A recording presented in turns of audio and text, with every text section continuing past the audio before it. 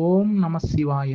మనకి ఒక్కొక్క దీనికి ఒక్కొక్క అధిష్టాన దేవతలుంటారన్నమాట. అంతే కాకుండా ఒక్కొక్క రోజు ఒక్కొక్క దేవతని మనం పూజిస్తూ ఉంటాం ఆనవాయితీగా. అలాగే మనం పేదరికం పోయి చక్కగా సిరి సంపదలతో జీవించాలి అంటే లక్ష్మీదేవిని పూజించాలి. లక్ష్మీదేవిని మామూలుగా ఏ రోజు పూజిస్తాం? శుక్రవారం రోజున లక్ష్మీ అమ్మవారిని పూజిస్తాం.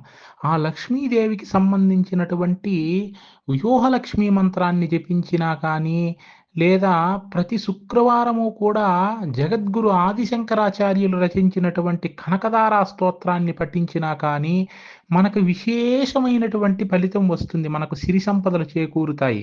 ఇప్పుడు నేను చెప్పినటువంటి పని చేసి ఎంతోమంది కటిక దారిద్ర్యంలో ఉన్నవాళ్ళు సైతం కూడా చక్కగా సిరి సంపదలతో సంతోషంగా కాలం గడుపుతూ ఉన్నారు.